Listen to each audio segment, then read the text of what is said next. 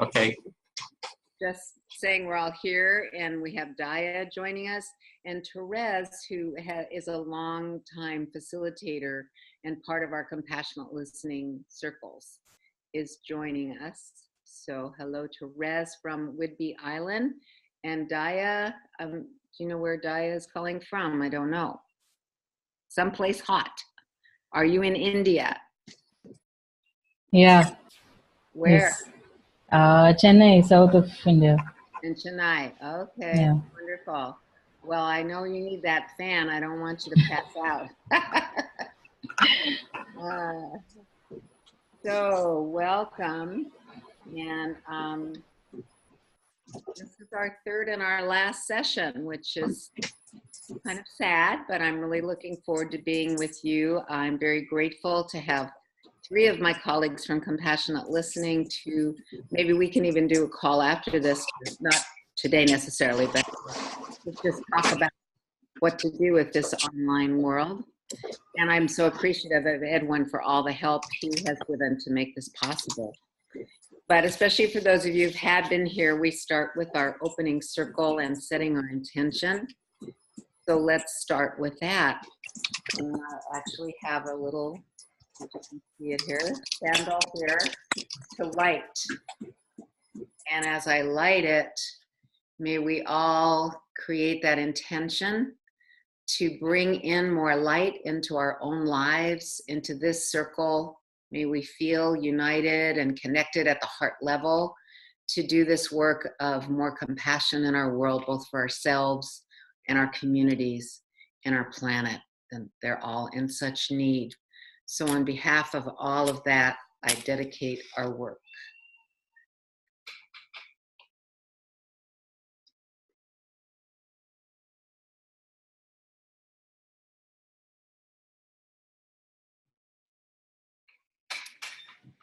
And I'll begin our quiet centering time with one of our classic favorites. You're probably familiar with this Rumi poem, The Guest House.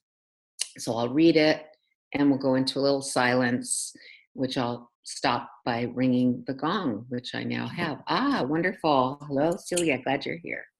Yeah, I'm glad to be here. An internet glitch before I started. Okay, and we have Bob as well. Wonderful. Full house. All right. So we're just about to start our centering. This being human is a guest house. Every morning, a new arrival, a joy, a depression, a meanness. Some momentary awareness comes as an unexpected visitor. Welcome and entertain them all. Even if they are a crowd of sorrows who violently sweep your house empty of furniture, still treat each guest honorably. He may be clearing you out for some new delight. The dark thought, the shame, the malice, meet them at the door laughing and invite them in. Be grateful for whatever comes, because each has been sent as a guide from beyond.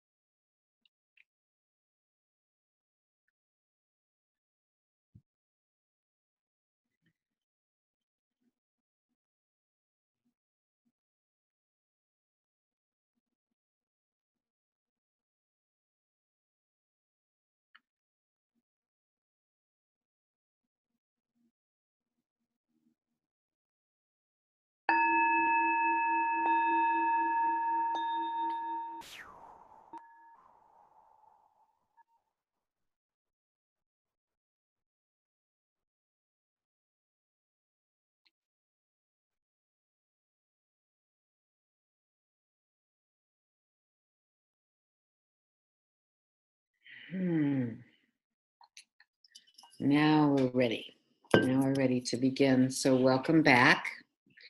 I'll review a little bit our agenda today. We're going to start, as we usually do, with paired check-ins. I'm going to introduce a little variation on that today since we started with some reflective listening last time. And the check-in will actually be about, how you're doing with all of this work with compassionate listening.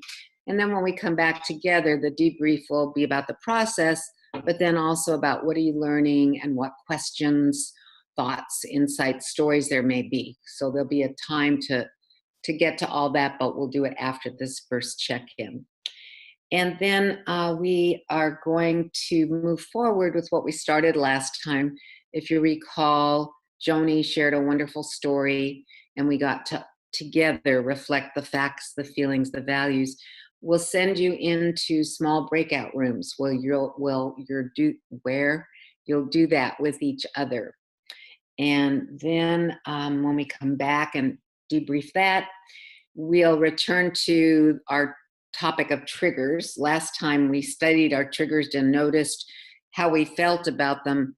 This week we want to talk about, what do you do to soothe, calm, and bring yourself back to center? So we'll get to share some of our collective wisdom around that.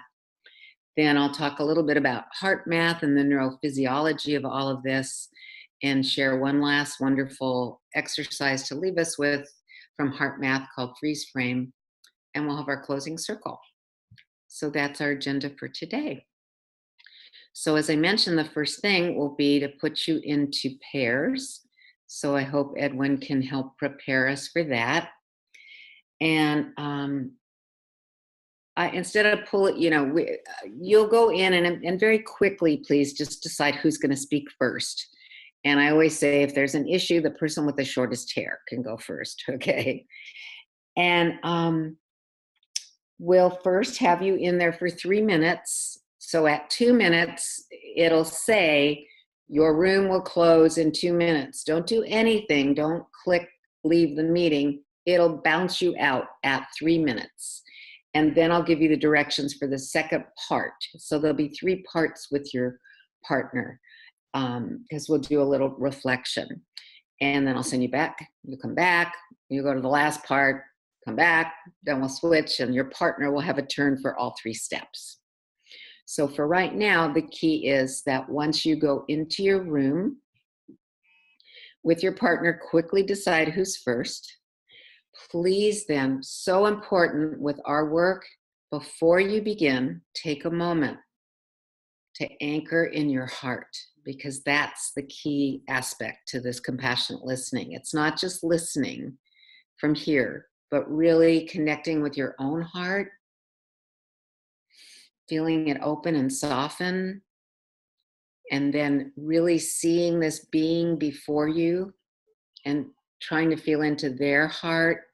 So if you remember our model, that core, beautiful, whole part of us, not the wounded part, not the defensive or ego personality part. So really trying to connect from that part of you to them. So when you go in the room, decide who's going to speak, anchor in your heart, and be ready to really listen and speak from that deep place. So the prompt for today will be, how is compassionate listening showing up in your life?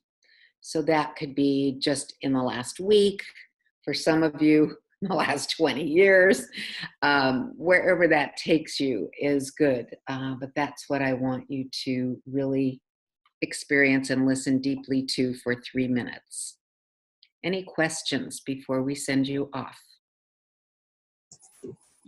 Are we ready, Edwin? I'll just mention that, like Bob was saying, he was having some connection problems. If anyone's having bandwidth issues, you can always mute your video. If it turns into a problem, stop the video and hopefully still connect. And yeah, we're all ready.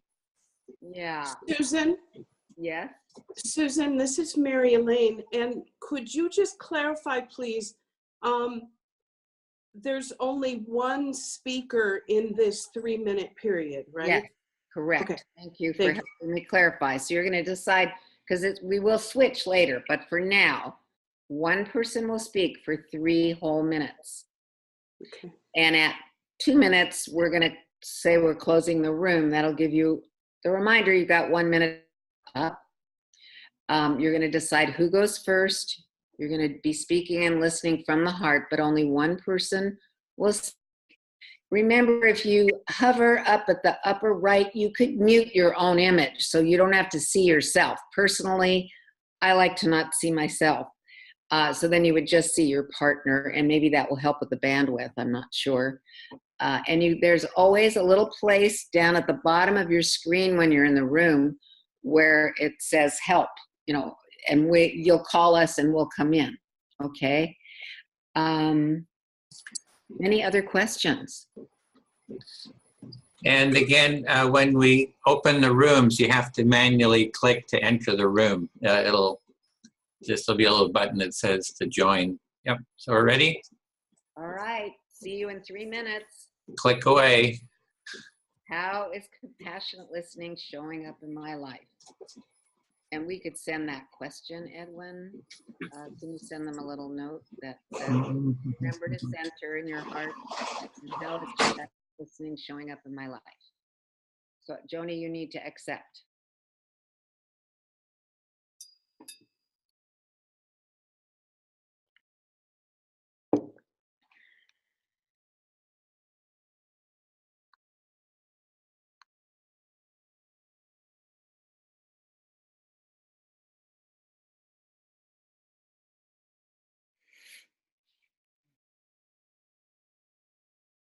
Perfect. So we had 5 pairs, is that right? Oops, you're on mute. You're on mute. I can't hear you. No, yeah, 5 pairs, 10 people. 10 people. So, all right, well, then you don't have to be in on the facts, feelings, values. Or I could ask if Therese would like to take a break and not do it, and you do it instead. A million times. Do you have a preference? Either way, whatever works for you. Well, no, what would work? Would you I like kind of managing stuff here.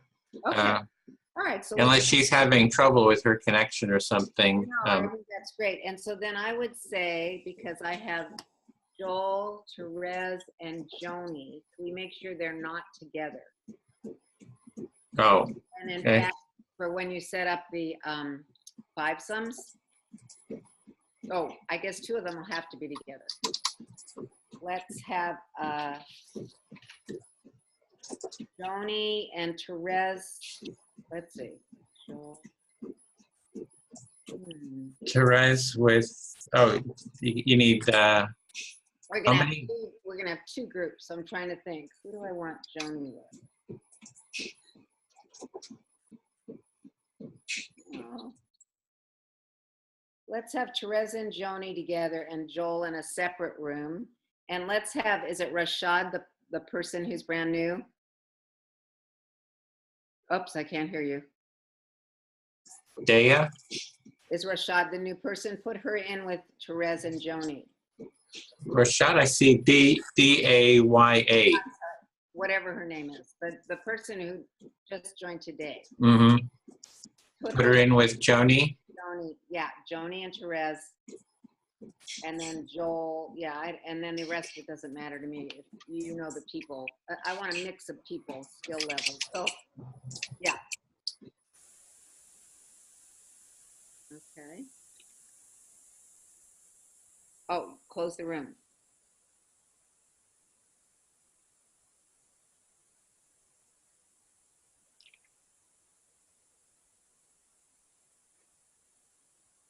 I can't hear you. I can't hear you. So I got a printer going in the background. That's why I always mute and I forget to undo it. The room is closed, right? Yep, they've got 45 seconds. Okay, I actually lost track a little and they got a little extra time, but that's okay.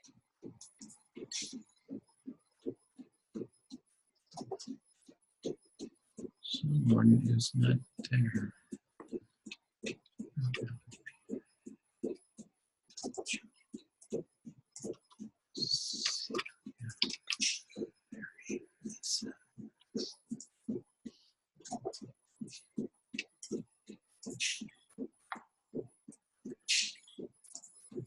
So someone's not here. Is it Lisa who's not here? Lisa's not here. There's Okay. three, plus Lisa, there were 3 this week. The young woman. Come back. Hello. All right. So now you're going to go back with your very same partner, and we're going to add a little step. We call this 3, 2, 1. So the person just spoke for 3 minutes. Now for 2 minutes, listener, what did you hear? So just reflect back to the person. What did you hear? Some of the facts, some of the deepest values. What was the meaning? Don't go into a lot of interpretation. What did you hear? Okay? So you'll have 2 minutes. Please put them back. Remember to accept right away. The same speaker? The listener, the person who listened, what did you hear from your speaker? Oh, Okay? Yeah. Got it. Same rooms. So the listener, just seeing some people back. The listener will now have 2 minutes. What did you hear?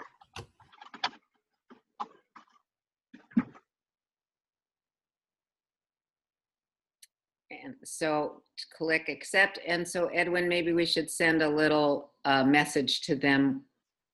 Listener, what did you hear?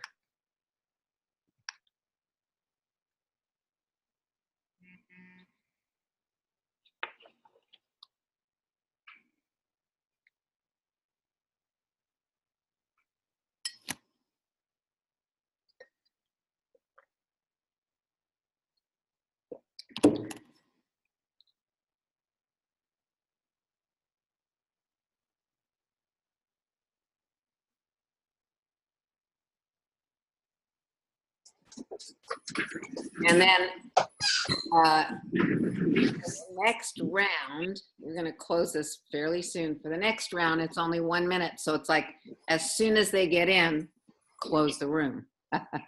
Okay. And then if we could send them a message, it will be, is that it? Did they get it? So it's back to the speaker. But I hopefully they'll remember what I said.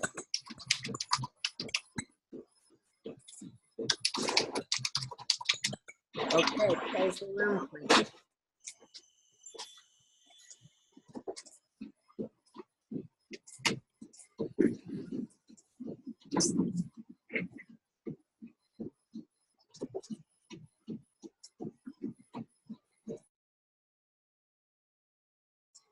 "45 seconds."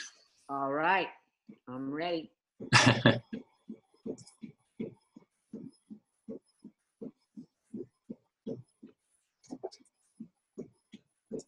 All right. We were supposed to come back right at the 2 minute mark, right? Yeah, you're back. Everyone should be coming back. Did you click something? I just clicked to come back at the Okay, 2 you minute don't mark. need to do that. We bounced you back. So you could have had a few more seconds. We're waiting for everybody. They'll be back any second. Yeah, you don't need to worry about the time. We close the room and then it does a countdown for 1 minute. Oh, so, Yeah, you only talked for 1 minute, Peter. okay. You talked for another minute. All right, got it. Understood. All right. Great. Great, okay. So now you get to go back in. It's a little, if we were all in a room, you wouldn't have to bounce you in and out like this, but this is the best we can figure out. So you're gonna go back one more time, back to the speaker this time. Did they get it? Was that it? Is there more? But you'll only have 1 minute. So almost as soon as you're in the room, we'll be closing it. You don't need to do anything when you just see the room will end in a minute. It's just letting you know that you'll be back here. So it's the same conversation.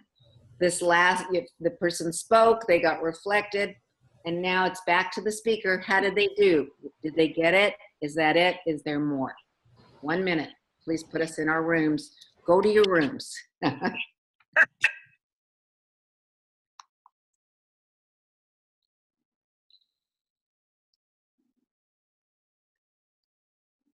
Don't forget to click to go in. Who is that down there? You got to click to accept. Bob, click to accept. Your partner's without you. You might be having technical issues. Yeah. All right, well, you better start the countdown in any case. Oh, Good. Okay, stop. Close the rooms now. totally forgot about that. All right. I'm going to get a sip of water.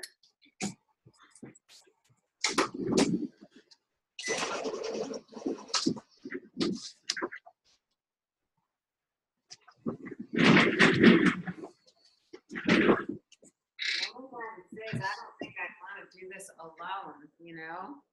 I need you. What's that?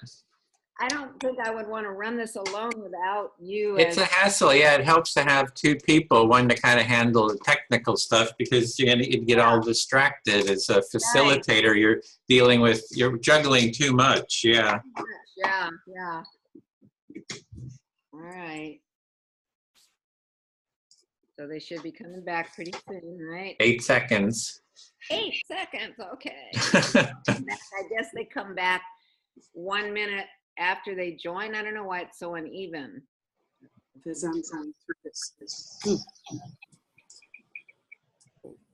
You come. Welcome back. Susan, I did not get a chance to thank Bill that he was perfect on tune because his internet connection. Thank you. Oh, I'm sorry. Okay. Is he not back yet? I don't see him. Bob, you mean Bob, his connection is having some trouble with it. Yeah. And that's frustrating. Well, hopefully he'll come back in because now, unless there's any questions, you're gonna go back with your same partner, but reverse it. So now the person who had been the listener, you get to be the speaker. And that means the person who is the speaker, you need to kind of shake off whatever it is that you were talking about. But again, I want you to think, especially about these last 2 weeks, those of you who've been in this session, maybe there have been successes or challenges or times you've gotten triggered or just more awareness out in your world. So how is compassionate listening showing up in your life? And I'm talking a little longer, just hoping that we get Bob back. I don't see where he is. Well, maybe, so were you the speaker or the listener, Celia? Muted. I was the speaker. You were the speaker. Okay. Well, I deleted the room so Celia will stay with us. And all right. So maybe one of us will speak and you can listen to us. Okay. Thank you. All right. So we're going to send the rest of you. So you know the drill. You're going to have 3 minutes to share how is compassionate listening showing up in your life. So have a good session. I will set the timer. Great. And if he shows up, then we'll switch. But do you want to talk or shall I, Edwin? you can go ahead. I'll keep track of it. Just let me know the timing. And, Okay, I've got the timer going. okay. When you hear the chime, how is compassionate listening? Well, I had I just had a very triggering conversation with my daughter. I'm having frustrations with Zoom. When I am in charge and I try to get it to share what's on my screen, I don't know where it is. It's like something with the Mac. So to me, my daughter is the genius who always solves my problems. So I called and asked her, and she was so annoyed with me and clearly didn't really want to help. So I finally got that, and I said, okay, I'll figure out, I'll go to Zoom or the Mac store or whatever. So I feel like I handled the interaction okay with her. I didn't get hooked in. I didn't get all judgmental. And I think I sounded fairly neutral, and after tried to do some self-care. But I have a lot of feelings. First, like, why is she so friggin' cranky? It's like, she could just say, well, Mom, I really don't know much about Zoom. I think you'd be better off. But instead, she just gets all irritated and triggered. And that doesn't feel good. But also then, when I don't let it affect me, I get worried. Like, this isn't like my beautiful daughter. She must not be feeling happy inside of her. Does she behave this way in other relationships? I get concerned. Is it just me and there's something going on in our relationship? I know mother's daughters, I'm certainly the best person in the world to trigger her. And then it's like, there's a number, so close the room, Edwin. There's a number of these incidents that have kind of piled up. And then I wonder, like, well, do I talk to her about this? But she's so prickly. I'm afraid to raise it, that it'll just create a big problem. And above all, I treasure our connection. And yet I'm walking on shells, although I'm thinking of my sister with her daughter, and is that just the nature of mothers and daughters? So I'm a little at a loss of how to be in best authentic relationship with my daughter, who I adore and treasure. And of course, she's not always like this, but there's been a number of times. And so I'm just really at a little bit of a loss to know, do I talk about it? Is there any way to do that without it going really badly? Or do I let it go? Thank you. All right. So sadly, we're still missing Bob, but we've got it taken care of. So now you know the drill. Listener, what did you hear? You'll have 2 minutes. Go back into the room. What did you hear? Reflect back the essence without a lot of interpretation, certainly no judgment. Okay, please send us back to our rooms.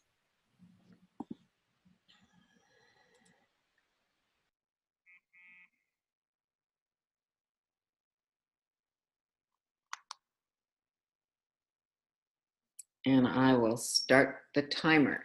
So, what did you hear? Hi, Susan. Thank you for your talk.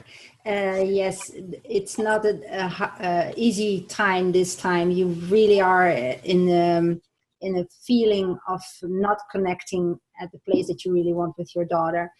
And the main thing is that you experience her being itchy and pricky and not responding how she normally does, while you have an issue with your computer that she normally would help you resolve. And at this time, she did not respond the way you expected. And first you thought, why is she that way? And you started wondering, how could that be? And then you even got worried. Maybe there's something with her. And or maybe it's even something with mothers and daughters, what's going on? How can I get through this? Keep going, please. Okay. So, and it's like a piled up idea of, what mothers and daughters actually go through. And is this normal, or is there something that I need to worry about? Or maybe even, is there something that I should adjust or do different? That's the worry that I thought I heard below. And but mainly like missing her, the real connection, the deep connection that you have, and feeling disconnected at this time. Yeah. Yes. To respond, because we have, I think, how many seconds to go, Edwin? 6 seconds. And also, you may be worried whether you handled it correctly with her, for her sake. Okay. Thank you. Okay, we're all back. So now we get to go back in the last time for 1 minute. Speaker, did they get it? Was that it? Is there more? So as soon as we're all in, Edwin will close the room.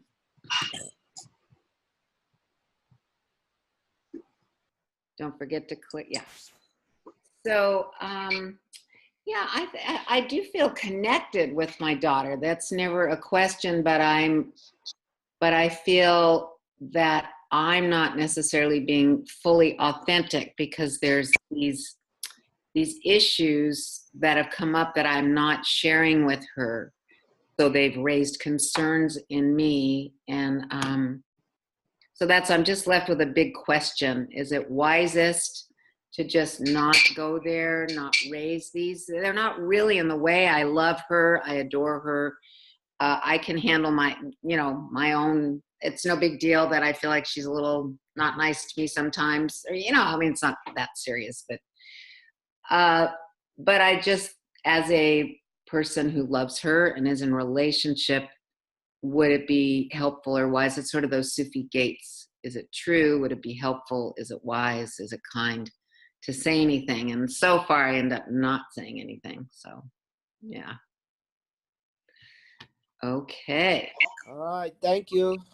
Wonderful. Yeah. So I know it's a little, if we were all in the room, and this is one of the things that as you think about this exercise and we process later, how else do you do it smooth in this environment? If we're in the room physically, people can say, I need, just a little more time. We can be a little more flowing with it.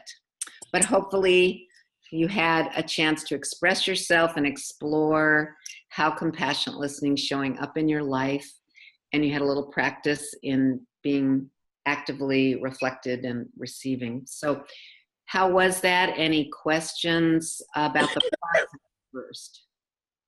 How was that process for you? This is Mary Elaine, and I think both Peter and I experienced, and I love this aspect when as the reflection occurs, hearing back, and again, whether it's spot on or not, it allows the speaker to go deeper. Mm-hmm. And that's always a magical step in the process. Cool. Wonderful. Thank you. Other aspects to this little process? Jessica. Yeah, first of all, I really like the 3-2-1. I think it's very spot on in terms of it's always surprised me, but 3 minutes is actually enough to share something very deep. And so I really like that. And also how listening someone that, I've never met Daya before, and right away I was like, yeah, me too. This right away understanding what's another human being is going through. It's just that it feels powerful. Wonderful. Thank you. Anyone else? How did you do with not going into interpretations, problem solving, or fixing? Did you manage to resist that in your reflection? Tell me if you did manage to resist. Oh, good. Yeah, okay. Because that's what we really want to watch for. And our next exercise will give you more practice with that.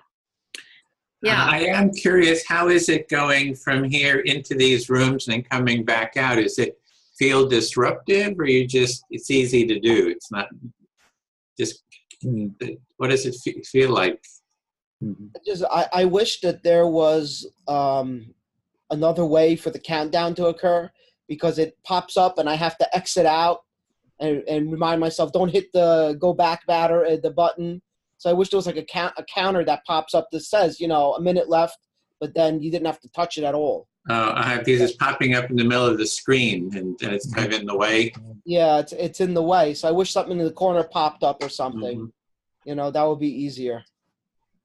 Are you saying when the counter comes, if you don't click on it, you can't see the person? So you... That as well, but also watching a number count down in front of me, that's just distracting. Mm-hmm. I wish there was something in the corner that popped up, like pop up in the screen in the corner. I wonder if there's a setting or something you could alter, but other than that, we could you can drag it. You can click and drag it to the corner manually. Oh, cool. If you could minimize the size of it and drag it to the corner. You don't have to minimize it. You can just click on the banner, the top of it, and drag it off to the upper or lower corner. And then it's less intrusive, but you can still see the countdown. It's not in the face of the other person. Ah, thank you so much, Joel. We'll learn something. Great. Thank you for the observation and for the solution. That's great. Anything else about that process? Because I was just afraid to, if I send you into the room, I can't talk to you to tell you, if you could all hear me, I could just say, okay, now switch. So you had something, Joel. Yeah, I like it for the most part. I think it really works well. And I've been surprised and pleased by that. But it ends abruptly, sometimes in mid-syllable or in the middle of a word. And that's unrealistic, of course. It wouldn't happen that way. It's very rude. Yeah. Okay, that is one of the drawbacks of the technology. Yeah, thank you. Therese. Yeah, you could just give instruction through the chat, like Edwin sort of flashed up. So instead of it having a countdown, you could just say wrap up. Now start next speaker. You could just send that little note via writing instead of having us come back and forth and back and forth. Do you think you would track the notice and that maybe especially for the second round? Once you've had the instructions and you know what the drill is, and and hopefully you'd follow the timing. Okay, maybe I'll try it that way. So maybe the first go around bring you back to really explain, but then the second round to you'll stay in the room the whole 5, 3, 2, 1, 6 minutes, and we'll just give you that timing. Yeah. What do you think? Is that a good idea? Yeah. Great. Thank you, Therese. Great idea. So this, by the way, I like to always credit, I learned this process. We developed it in our restorative circle work where we wanted a more active, because it's really in a restorative circle, that's the process. Somebody speaks for however long, and then you say to the person, you say who you want to hear it, what did you hear? And then you go back and ask, was that it? Is there more? So those questions come from the work of Dominique Barter. But I think it adapts very well, and I'm curious for my compassionate listening colleagues, because it's not something we used to do in compassionate listening. Hopefully you felt like it was aligned and in tune with our practice, and another way to practice doing some reflective listening. So, and then in terms of, as you did reflect, how are you doing? Any stories to share with the whole on how compassionate listening is showing up in your life? Is there something that would enrich all of us to know how, because this is our 3rd week now for many of you. So I'd love to hear any stories or successes, frustrations, insights from the last couple of weeks.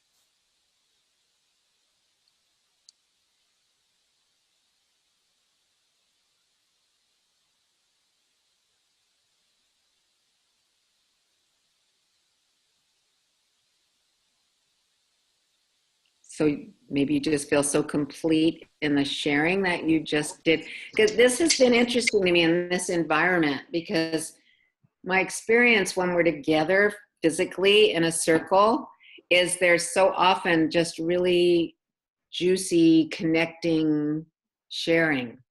And there hasn't been that much. So I'm, trying to discern, is it me? Is it the environment? What is that?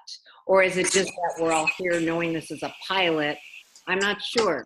So that's Peter had unmuted, so I think he had wanted to say something, and Bill too. Peter and then Bill. Thank you. Okay, I'll say I'm just a little torn. There's something about that. I guess Mary Elaine and me. I realized something in speaking to her, the very last one. That's just really, really sweet, and there's almost a part of that sweetness that feels like it's going to get lost for it being online. And I know a lot of people don't watch these things, but it was a very sweet experience. So I'm just keeping it to myself for now, just to revel in it. Maybe some other time I would describe it, but right now I really appreciated that little learning I had. So I'm just kind of holding it in for now for myself. So, well, I'm so glad that there was, and I'm hearing the fact that we know this could be somewhat public, which was a big concern of mine when Edwin and I were designing this, because we talk about confidentiality, and yeah, that doesn't feel right to me at all, because it's very personal. So thank you. That's a good reminder to me. Thanks so much, Peter, and enjoy that sweetness. That's so great. And Bill, what were you going to say? Well, I'd like to also reflect, I think that for me, both in these and also in, other meetings with Edwin, it's in the reflective listening. And the structure, I think your structure is fine and it worked very well. But when we're in the big meeting, you're mostly lecturing. And so that's not your fault. You've got to get the structure out. But I think that the juice is happening in the individual rooms to great. And I felt the same way too. I felt it with Varsha. So I would assume that other people are getting that benefit as well. Great. So there's something about sharing in this larger environment that doesn't feel as connecting or welcoming. No, I'm not saying that. What I'm saying is that in this format, we're not really doing the back and forth of the listening. You're doing the teaching, which is fine. But that's what I would say is that when we get to listen to each other, that's when I feel the juice, and that's when I hear it from other people. So it's there, but it's in the breakout rooms, and you're creating it too, but you're just not able to participate directly. Yeah, no, I do get that. And I guess sometimes when we come back all together, if there was a big insight or aha that one of you had in that beautiful deep place, it can be enriching to all of us to get to hear that and share that. So that's like, now we're back in our big circle. Mm-hmm. Are there any riches or goodies to bring to the whole for anyone to learn about from your experience? Sure, I'll say something very quickly. And that was the first time I've ever talked to Therese.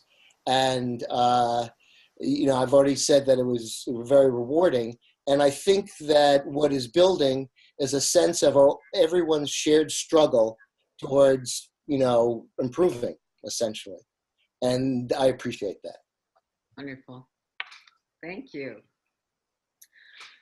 All right, well, this next activity, now let's see, how many of us do we have now? Because we apparently lost, I got 1, 2, 3, 4, 5, 6, 7, 8, 9, plus Edwin would be 10.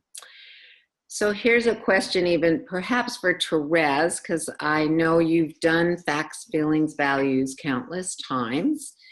If you might want to take a break and not go in a room, or on the other hand, it'd be is that what you're thinking?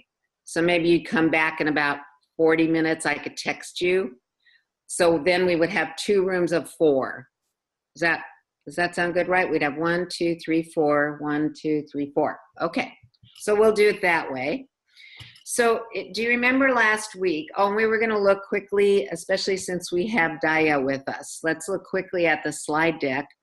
If you remember last time when Joni shared her story, and we got to hear the story, and then we reflected back. Oops. And then we reflected Joni back, first at the level of facts. Here we go. So you're seeing the facts. So remember, it's her facts. This is not fact check. We're not going to scopes, It's whatever she believes, and just the headlines, what's key. And we resist interpreting, judging, or analyzing. So we're just as a gift saying, here's what I heard. So that's the facts. So when you're in your circle of 4, you're going to rotate turns. So let's say I was the speaker, Edwin would listen to facts, Therese would listen to feelings, Jessica could listen to the values. And then when we're finished, we'll switch. And now Edwin would be the speaker, Therese would be the facts, feelings, values. So eventually you'll each get a turn in each role, okay? So first is facts. The next is feelings, Mr. Edwin. Can we get to feelings? Oops. So the feelings, we're not seeing it. There we go. Are various versions of being glad and happy, or sad or hurt, mad, angry, frustrated, or afraid, scared, anxious. Those are kind of the types of feelings. And we know it's always a guess, and you only offer one at a time, and then the person reflects it back. And we know we're gathering those guesses based on the nonverbals, which is the next slide, but we're not going to have someone specifically doing nonverbals, but you're reading that to get the feelings. And then the final deepest level for us is the values. Underneath this whole story, what was really fueling it? So you might even think back to the story you were just hearing with your partner. What was the deepest value? So I know if I try to even reflect for myself, it was about my daughter, and it was definitely about love and the importance of family, and really my deep value of being a mother, of nurturing this person, as well as respect. So that was some of the values. So it's a source of energy. They're always positive. So that's and then the next slide will just remind us of this process. So one of you will tell a story, one person will reflect the facts, one the feelings, one the values. And then before you move to the next person in your little circle, offer a little appreciation, because we know it's really a gift when we are willing to be vulnerable and share our story. And the next slide helps us remember that this is what is not compassionate listening. And it's very tempting. So help each other in your circles to not go into fixing or problem solving. It's very seductive. You hear and they're sharing something and you want to help, but we could get pulled into that rescue triangle we talked about last time. So no fixing, no problem solving, setting aside any of our judgments, and no interpreting. We're just being this loving witness and mirror in service of the speaker, and we know they will learn from this. And the next slide. So this is the process when you're in your rooms, and I won't be pulling you back in and out. So you need to manage your time. I would suggest someone of the four of you really keep an eye on the times, because it's easy to get lost in your story. Part of our discipline in this work is to learn to get to the heart of the matter. We don't need to know all the details and the background and the context. It's for you. You're telling the story for your own understanding. Get to the heart of the matter in just 3 minutes. So help each other with that time. Then once I've shared my story, my first person is going to reflect the facts, and that should just take a minute or two, and I'll let them know, yes, that's it. The next person, the feelings, one at a time, until they've given me most of the feelings they heard. And then we're not going to do the nonverbals separately, because sometimes we have 5 people in the room, but since we have so many missing today, we're just going to have 4. So then there's the values. And we'll send you a little message in your room to remind you facts, feelings, values. And then don't forget a little appreciation. Then you'll move on to the next person. So the round for one person's complete story should not take more than 10 or 12 minutes. And I'll check in with you to see how that's doing. All right. In fact, I may pop into your room at some point. I'll try not to be too rude, just to check how you're doing. And we will send little reminders like you should be on your second person by now. You should be on your third person by now. And at any time, you could ask for help. All right? Any questions on this? Well, just not so much a question, Susan, as if one person in each group has some timing thing, like a cell phone or something that can help with the timing. And then the other thing is, since Joel and I are used to doing this, if we're in the different groups, yes, it would seem as if it'll, you know, you don't, Yeah. you know, we're we can- definitely doing that. we Yes, can sort of monitor a bit of what's going on. exactly, as well as participate. So that's totally what we planned. Yes, Okay. thank you, Joni. So yeah, and so I don't even have to explain so well because they'll know. They know how to run this. You had a question, Jessica. Yeah, it took me last time when you said that, and it took me again. So I wanted to ask you, when you say values are always positive, is there any negative values? Is there what? Negative values? I don't really think so. I think they could end up, okay, so the way we use values in our world, that is a little more hardened into a strategy. And I mean, even underneath that, it's more the quality, the yearning for wholeness underneath it. So for example, people talk about family values. That is not the kind of value we mean. What's underneath that? Family, love, connection. Or maybe that's not even what they mean. Maybe they mean it's, what do you call it when you're very observant? Faithfulness. Faithfulness. Okay, so that would really be the value. And then the interpretation and the application, that can start to separate and polarize. So it's not a strategy, but under. If you get to the deepest, in fact, if we could get deep enough to the ineffable quality, the source, it would be, it's really, if we look back to that flower in the beginning of our wholeness, it's really that yearning of what it takes for us to feel all the wholeness. Does that help? I think so, yeah. It's the word positive, I guess, that threw me off. Thank you. Yeah. So I think if it's feeling like, because often we can see the pain, but what's the yearning of the wholeness underneath it? The thing you could feel so beautiful and whole and like the most amazing, caring, open-hearted person. There's really something about that underneath it. That's what we're looking for. And I'm still struggling, all of us, to really language this. Yeah. So sadomasochism's not a value? Thrills. Having a good time. All right, let's not go there. Okay, so I feel very confident because you each have someone in your group who has experience. So maybe I won't even pop in actually, because they could call me if you need me for some reason, which I doubt. So probably I won't see you for about 45 minutes, but we're here. And so just a reminder, so what is your story? Was that what you were gonna ask? Aha, yes. Oh, so something that has juice, that's still working on you. You know, like I shared an uncomfortable conversation with my daughter where I'm not sure now what to do.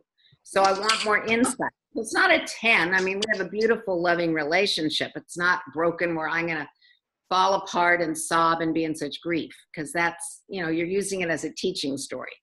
But it's also not something so minor like, oh, my dog, my husband let the darn dogs upstairs again. You know, there's nothing really there that I need to inquire. So it has something going on that you want more understanding about. It could be in a relationship. It could be a situation, not political. It's personal, okay? Does that give you enough? And, you know, you don't have to be first. Something may be stimulated by the other people. So there was one point is Dea, Jessica, Joel, and Bill are in one room. I was wondering if I could put the other computer I have into your room so they would be able to record that, because we're not going to be recording it. So we're going to have 45 minutes of no story. I'm not comfortable with that, Edwin. They're telling their own stories. I don't know. Can we take a vote on that? Just for the folks who are in those rooms, up or down? That would be Dea. Bill is up. Joel is down. Okay, so you gotta Okay, then I guess we won't since since we have one down. So, okay, just thought I'd check. Okay. All right. It's an ongoing conversation that Edwin and I have how to provide this as an example. So, but I want you to have the experience for now, and we'll keep working on figuring that out. Okay. So, have a wonderful experience. This will be, you will love it. And I hope it goes really well. And I'm here, we're here for you if you need us. So, I will.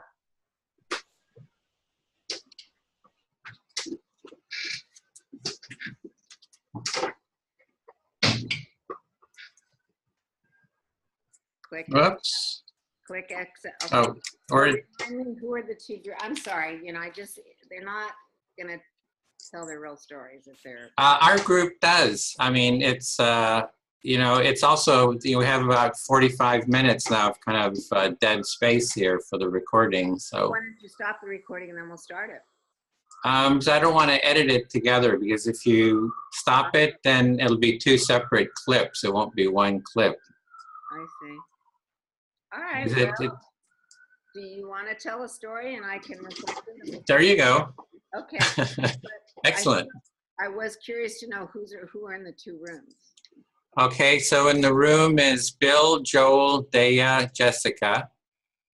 And then that's room A. Room B is Joan, Celia, Mary, and Peter. Great. Okay, excellent. So I also want to just watch the time.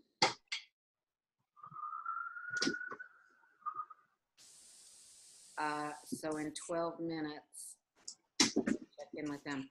All right, so yeah. What is the message in 12 minutes? Did you? You should be on the second, you should be ready for the second story. In 12 minutes, we'll send that. Say that again. You should be starting the second person story.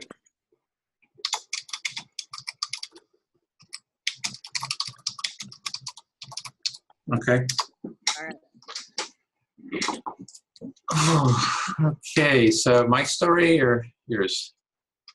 Well, I don't know. Which way do you want to do it? Well, I guess I could start. I don't. We could both. You already. Yeah, okay. Yeah, there's going to be plenty of time. So, already. Oh, I don't have a story. What is it? Let's take a minute. That's part of modeling. Let's just take a breath because we've been in mode of operating and functioning and facilitating. So let's just take a moment to check in with our own hearts. That's such an important part of our practice. And then just see what's there, because I know for me too, I have to think of a different story.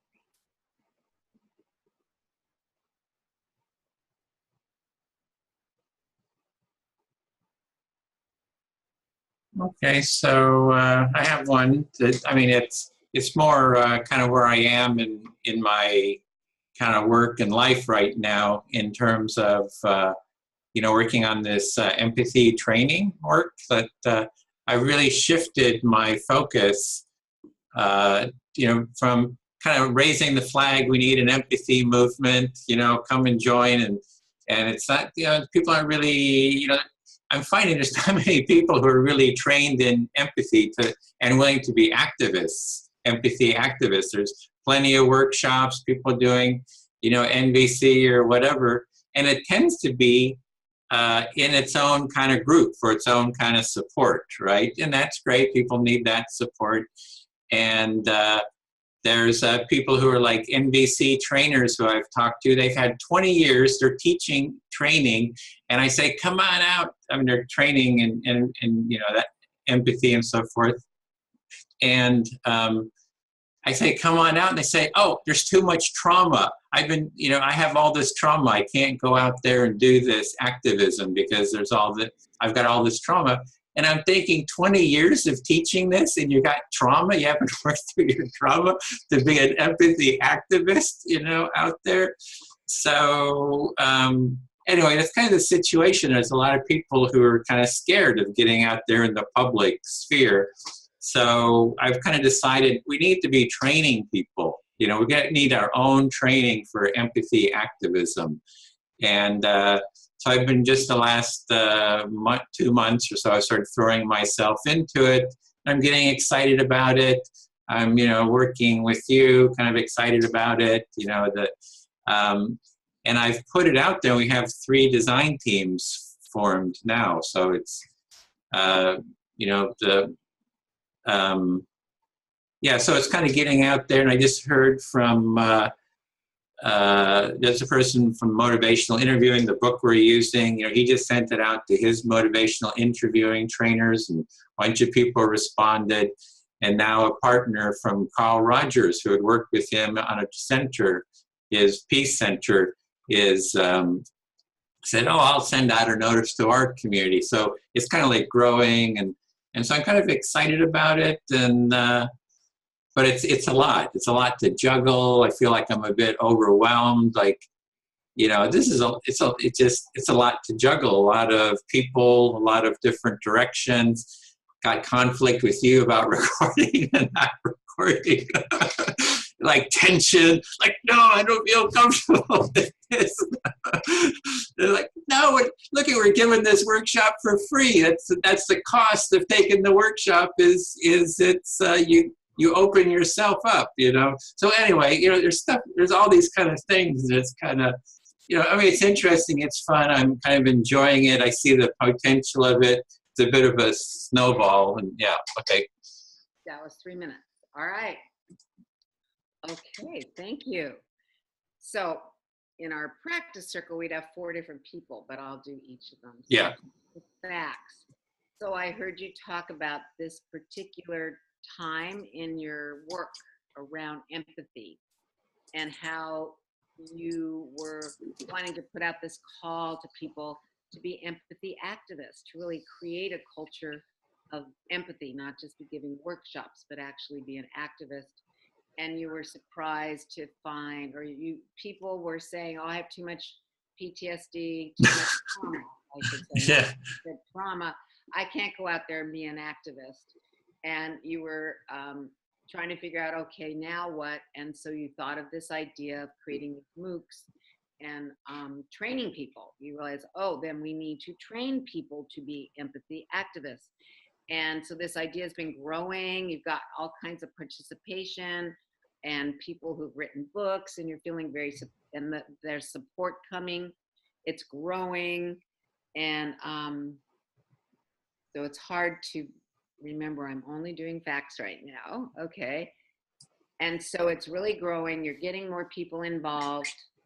And you also, there's many balls in the air that you have to manage. It's a lot to manage. And, but mainly it's energizing you, and you're, and yet there's also some challenges, such as even that was just occurring in this very session where people didn't want to be recorded. And so there's ongoing challenges and conflicts you named as well. So I think those are the main facts that I heard. Mm-hmm. Growing empathy movement. And the feelings were a lot, I mean, I could see in your eyes, just a lot of excitement and joy, a little bit of overwhelm. Yeah. Some frustration. Okay. Mm-hmm. Yeah, frustration, overwhelm. Maybe even annoyance at times. Yeah, that's Okay. A lot of just feeling energized, a sense of being alive and blossoming, I got. Yeah. Yeah. And maybe disappointment at the people who said they couldn't be empathy activists. Mm-hmm. Yeah. Some discouragement, but it transformed. Yeah, well, I'm holding them all those feelings are there, but I'm kind of having hope moving, forward with this. Yeah. A lot of hope and excitement. Mm-hmm. Yeah. And possibility, a feeling of, wow. Yeah, and glad to be here with you, to be working on this. So kind of as part of a sense of joy, and yeah, you're here too. Yeah. So did we get most of the feelings? Yeah, I think that's it. Mm-hmm. So at the values level, the deepest level is this tremendous yearning commitment for empathy, an empathic world. Just this vision of empathy in the world is your deepest value. Maybe of safety for people, of love and acceptance. Are those your deeper values? Yeah, I'm seeing that there's one of them would be, there's something about, it's kind of the fun, you know, some kind of meaning, doing something that has meaning and is enjoyable, and that has an openness to, I don't know quite what that value is. It's kind of the creativity, a sense of purpose, mm-hmm. and a sense of giving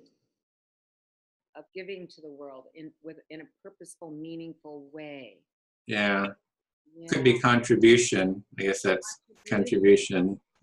Deep, really significant contribution, feeling called, and so it's life's purpose and finding your way. What was that bell? Anything we need to know about? I don't think so. Do we need to tell them to switch, or we pass the? I have that there's 2 more minutes. Okay.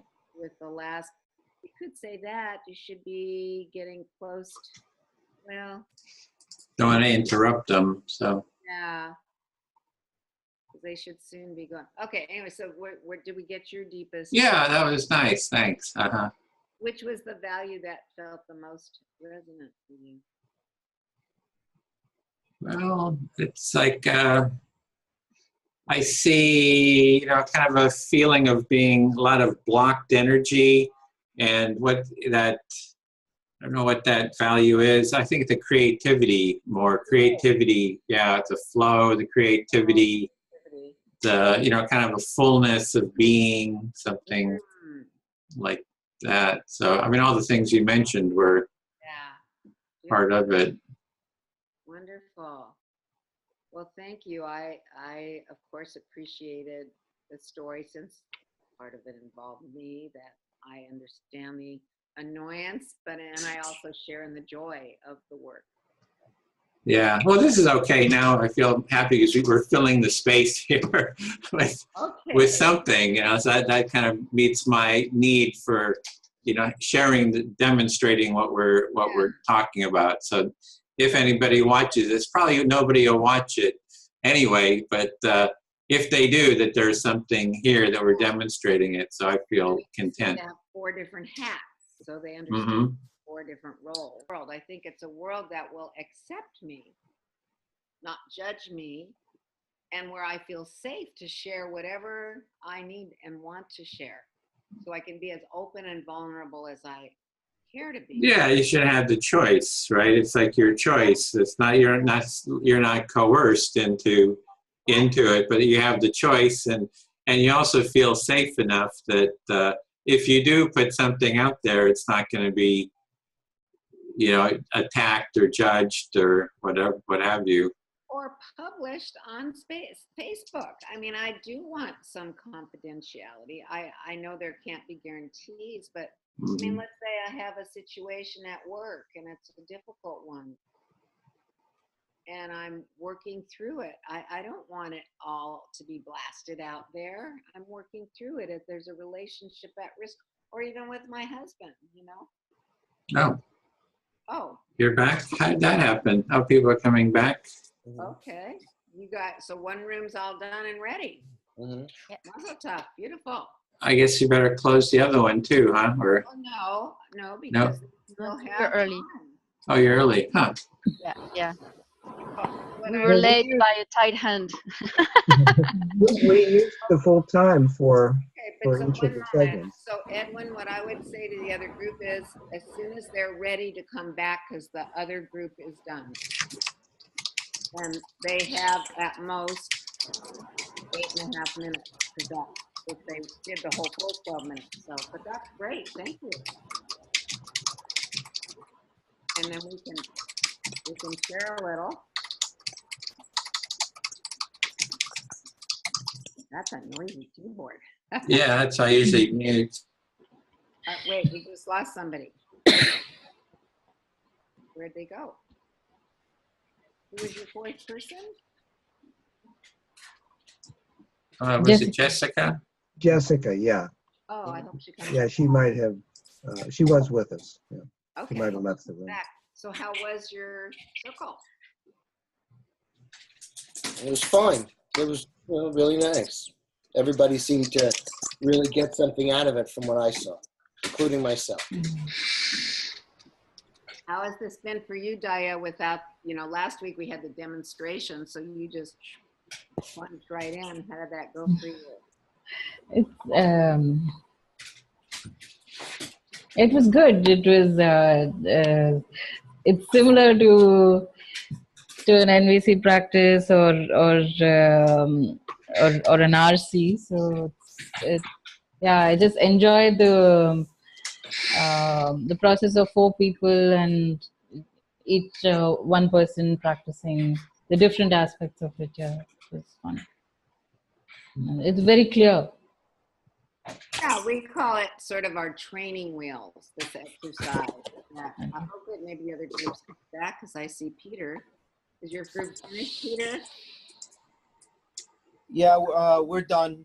They're just coming back. Oh, wonderful. Okay, did it feel like ample time for you? Yeah, it worked. Perfect. Excellent. Hello, Mary Lane. So we'll just wait for our other guys to get here. Welcome back.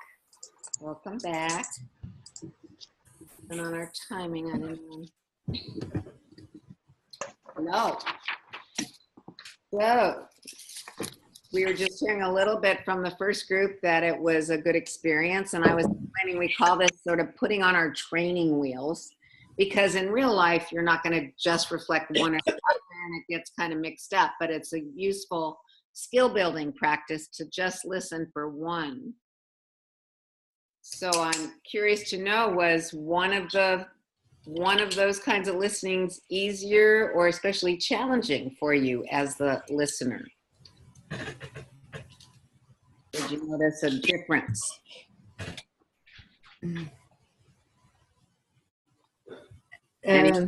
Yeah. Yes.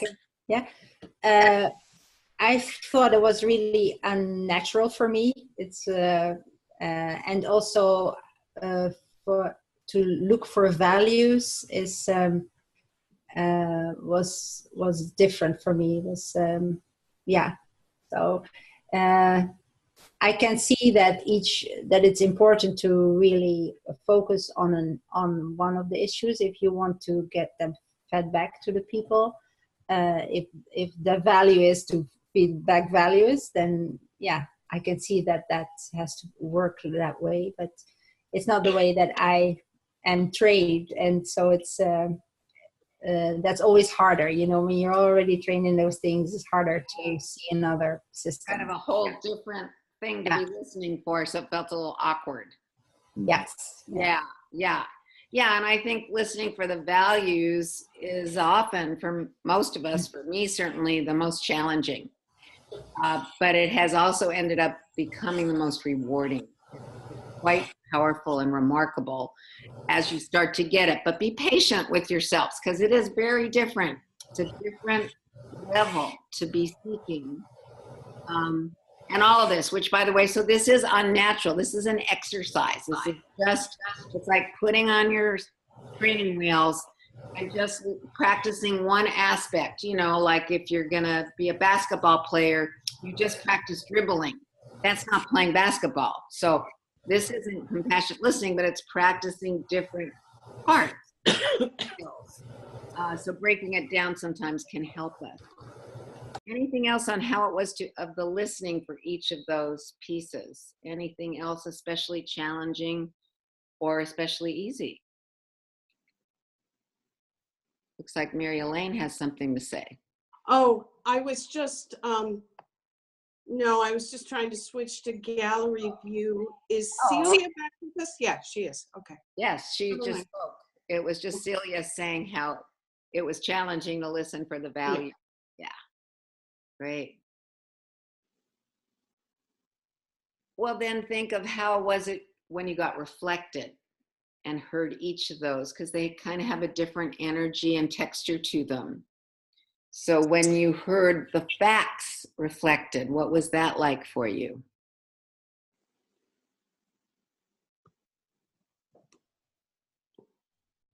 Did anyone find that was especially helpful, Joel? Yeah, I told a story that had a lot of moving parts, and Bill really reflected back everything that was essential, and it just reinforced, even though it was just the facts, that he was really listening. And that felt good. That felt good. Yeah, great. Always does. Yeah. I know for me, sometimes when I get the facts back, it sounds so simple. Like, oh, that's all this was. And it really helps me. It's like if my necklace is in this terrible mess and I think, oh my God, I'll never figure it out. But then I realize, oh, it's simply this piece is over that piece. I can do this. So I often appreciate the facts in that way. How about the feelings? How did it feel to have your feelings, Bill? Well, I just wanted to say it was, aside from the particular things, I was just reflecting on the essence of community and how some of our stories are happier or sadder. And I just kind of noticed that, happiness shared is happiness doubled, and sadness shared is a burden shared. So I thought that was a very nice dynamic. Interesting.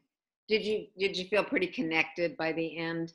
Oh, absolutely. Yeah. Yeah, it's really sweet. I wish you could have all hugged each other, because that's usually what we want to do. So anything else before we move? Because I realize time is faster than I ever expected to be. I do have something that I want to validate your suggestion, Susan, that Edwin not record it, because it allowed me to share something that I wouldn't have shared if it was recorded. Great. For me. Thank you. Thank you. Anything else before we move along?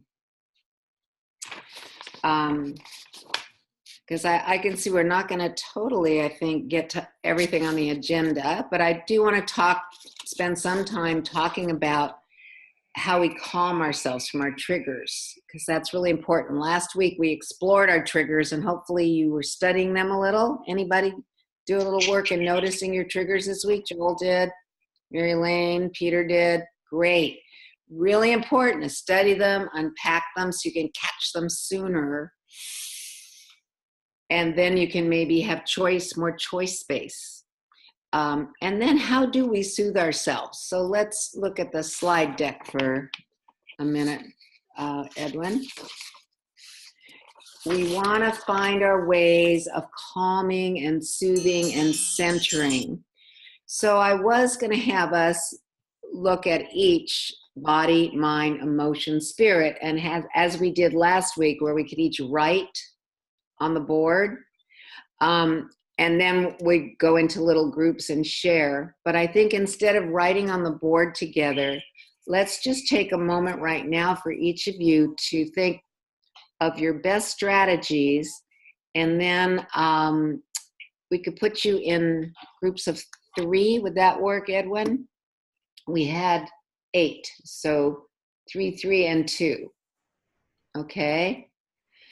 So what I want you to do, maybe you can scroll. Oh, yeah, that's fine. We're coming back. That's okay. We don't have to look at that slide. So you'll share with each other, what are your best strategies to calm and soothe yourself, to bring yourself back? And this is, I'll let Therese know too. She might pop in because I'll let her know we're back.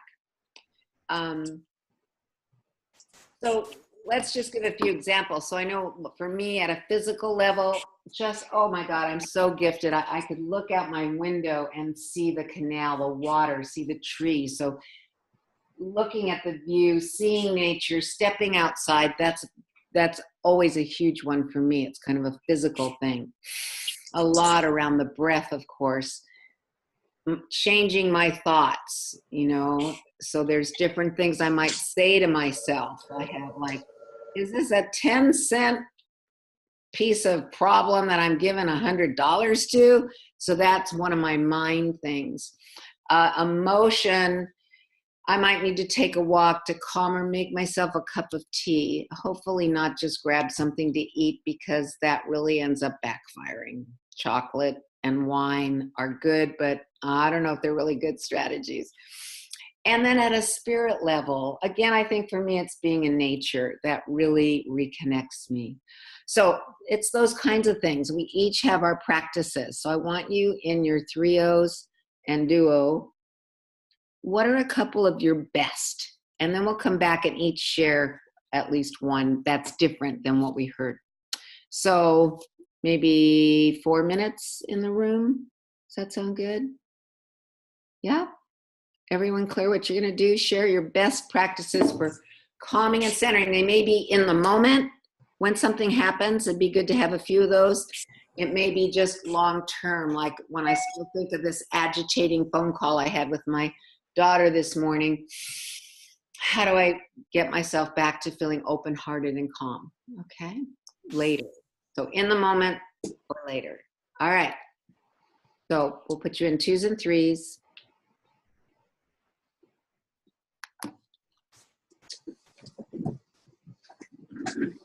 Okay, you got the timer all set then? Yeah, I'm gonna set my timer. Okay. Oh, so actually I should set it for 3 minutes. That's when we'll close the room. Okay. And I'm gonna send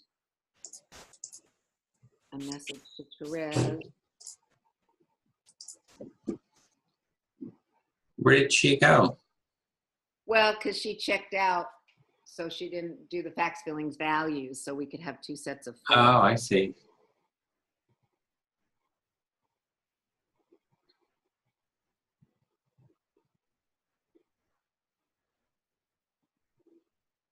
Okay. I don't know if she'll get that, but we'll see.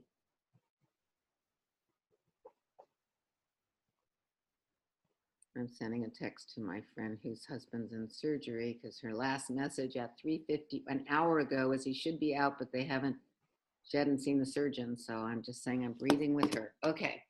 Okay, for What are calming. your strategies? Mine? Well, it used to be going to Harbin Hot Springs. It's hot, so it's the hot springs up in Cal, and you have just kind of relaxing there, hot and cold.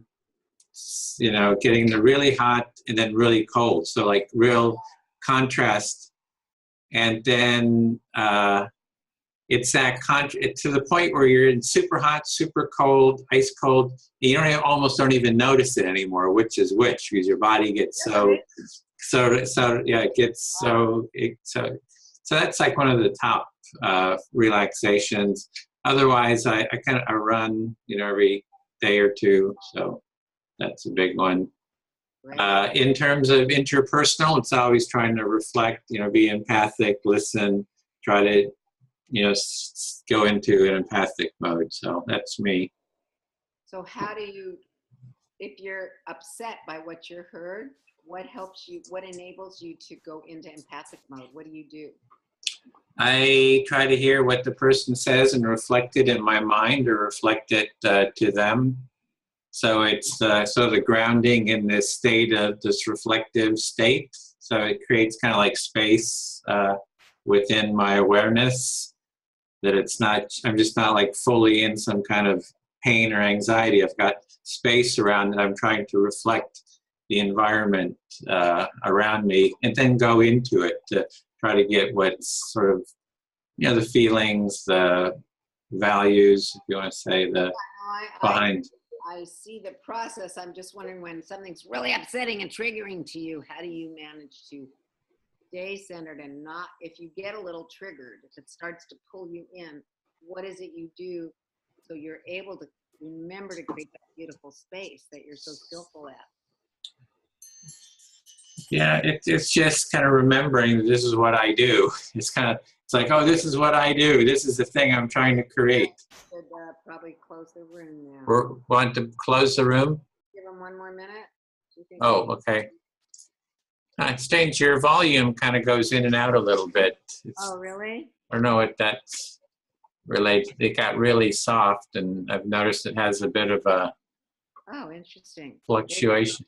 Way back here, Yeah, like right now it's quite quite quiet. But then after a while, it kind of starts rising up. So I don't know. When I lean closer, is that loud? I wonder if you have an automatic setting there. Is it somehow set to automatically adjust or something? I don't know. It's like something. All right. Well, figure that out. So how about yours anyway? What's? Well, I shared several of mine. I think it's often take a breath, tell myself I'm safe. It's okay. I'm safe.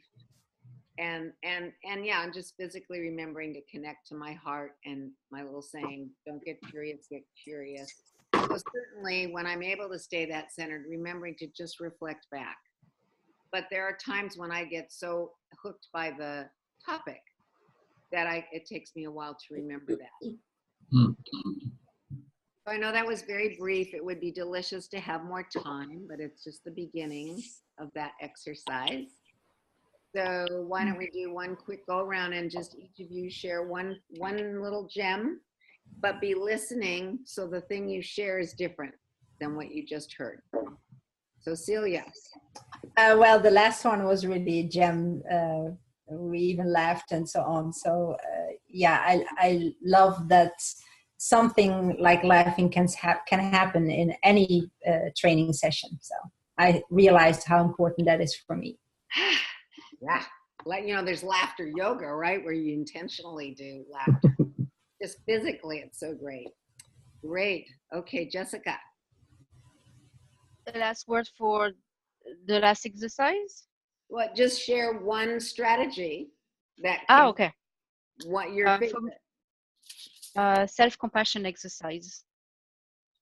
So you do a self-compassion exercise. Is there a particular, what is that? Yeah, I'm using a Kristen Neff audios where it's mostly put your hands in your heart and then there's sentences that you repeat, mantras and stuff like that. Tell us one of the mantras. May I feel safe. May I be peaceful. May I love myself as I am. I acknowledge my pain. And I still love myself as I am. Stuff like that. Beautiful. Thank you. So we're learning from each other so I can remember. And even if I can't physically, because I'm in a meeting, do that, in my mind's eye, I can be doing that. So thank you. Daya. Share one for us, Daya. Yeah, one of the things I like to do is to go sit by the beach, and it really helps me to just be silent and just watch the waves back and forth, and really helps me connect and see how I guess even seeing the back and forth kind of gives me the thing like, yeah, life does go back and forth. So. Beautiful. Thank you. And if we're not lucky enough to be by the beach, maybe we could at least light a candle and look at the flame. Thank you. Let's go up to Peter.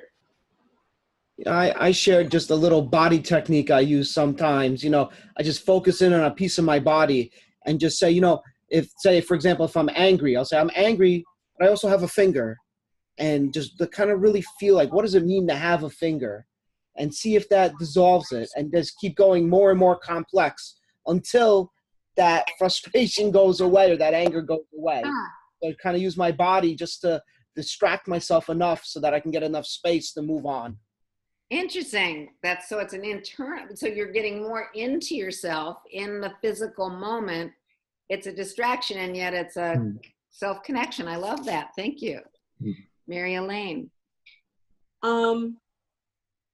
The noticing my breathing, noticing if I am breathing, not I've learned back when, and I know you're going to talk about heart math in a bit. I know that if I tell myself, okay, just breathe, or tell me, okay, calm down, that pulls me out of coherence. that, so just noticing it,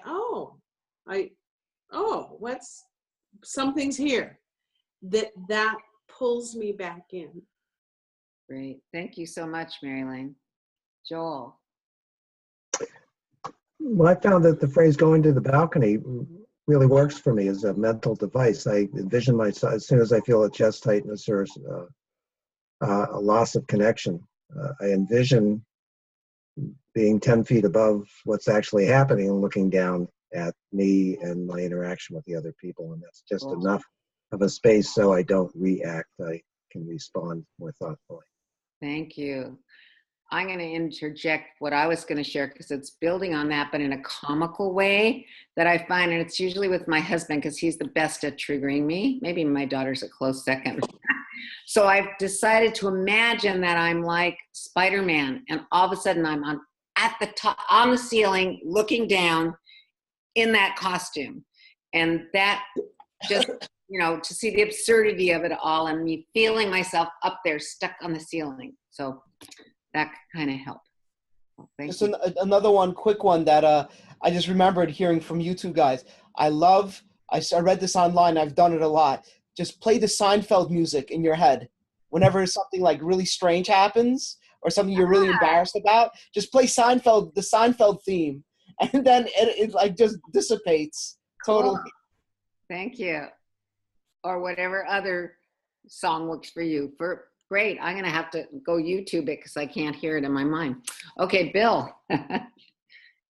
Well, I find that following my calm, curious mind is really when I'm looking at, I shared something where I was, I was a driver, it was a potential conflict, but by kind of feeling in, listening, thinking what he might be doing, what could have been a conflictual situation turned out to be a very reaffirming situation. So I find that following those inclinations is very good for my health. Great. So just you're able to call upon that. Thank you. Joni. So just simply remembering to breathe. Simply. Yes. Breathe. Breathe, breathe, breathe. Thank you. Did you want to share one, Edwin? This is sort of more of a larger one, which is hanging out in the Harbin hot springs and the hot baths, going from the hot baths into the really cold, and just getting the swim, going in the sauna, just getting the whole body kind of into that, and then that kind of ripples out throughout the rest of the week and months and so forth. So that kind of deep regeneration and really getting into that deep set of coherence. Getting into the body, really deeply into the body and kind of cooking it. So this is a beautiful sharing of ideas. It looks like we have one last one, and because I know we're going to run out of time soon. Celia. Yeah, I have to leave. I'm so sorry. I really have to leave now. So thank you so much. Thank you. Just gonna, if people want, we could do a little heart math and then our closing circle, but I certainly want to appreciate your presence these 3 weeks. So thank you. We've learned so much together. And I'll ask everyone at this point, because some of you may be familiar, I am happy to stay on and share with you a little bit about heart math, and then share one of their activities is called the freeze frame, if you would like. So maybe I'll ask you, in a minute, thumbs up, you would like to spend another 10 minutes doing that? Or should we just do or just right now, let's just do our closing circle. So I gotta go, so. Yeah, I gotta go. Yeah, Sorry. I think we're. Are we done? All right. So it's certainly out there. I urge you to look at heart math. You can Google freeze frame. It's a beautiful practice. But let's take a few moments to have our closing circle so we don't have such a raggedy end that will. So I'd ask you to just stay for a couple more minutes, and let's just take a moment, because it's our last time in this particular form together, to just reflect on today's session and the last 2 weeks and the state of your heart.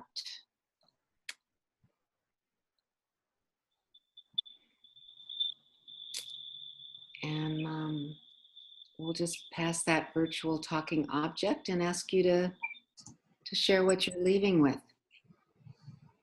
And maybe by raising, we'll do it a popcorn style if you want to just raise a finger to show if you're ready to go. And we'll call on you. Mary Elaine.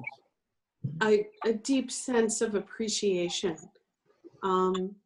Having these past 3 sessions at this particular time has been really helpful, and a nice centering activity. Thank you so much. So glad you were with us. Next, please. Bill. Okay. I was happy to make friends, and my heart is happy. And that's what That's a lot. Thank you. Peter. Yeah, just happy to have fun and practice. So I'm complete. Okay. I'll join Peter on that, like the feeling very grateful for the ability to practice and meeting new people who are either doing the work, practicing the work in their personal life. It's given me hope, and I'm feeling very grateful.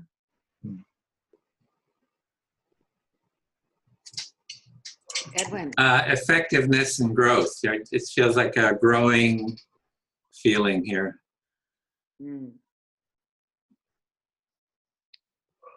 For me, it's serenity and a sense of deep satisfaction.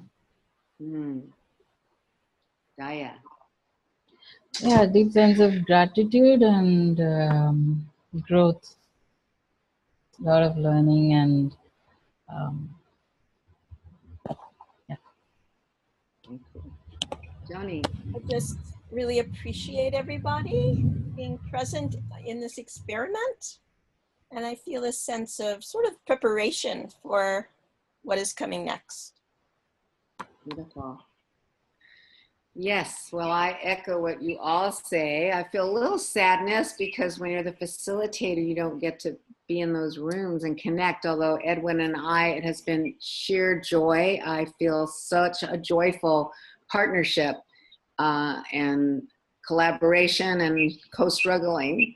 And that's been so rich. And I feel very excited about bringing this out into the world, that there are ways to reach people who can't otherwise or won't otherwise experience it. So thank each of you.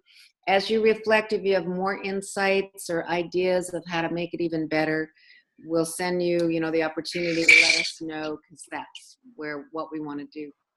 And and this has been part of our design group for designing an online training. We're continuing. Next week, our group meets again, and any of the compassionate listening community that would like to join our designing an educational program, do join us too. Oh, that's a great invitation. So you'll send us the timing, and is it this exact same time next Thursday? Or it is, but that group is full. We have other groups, teams forming for training. Yeah. So. All right. So maybe in a follow-up for those who want to, and maybe I know several of you I will definitely be seeing in an ongoing way in my house or in your house. And in this room. In this room. I will see you. Where he is. This is your bedroom. Oh, that's my bedroom, August 1st. Okay. So thank you all. Joni, did you want to say? Bye, everybody. Goodbye. Thank you.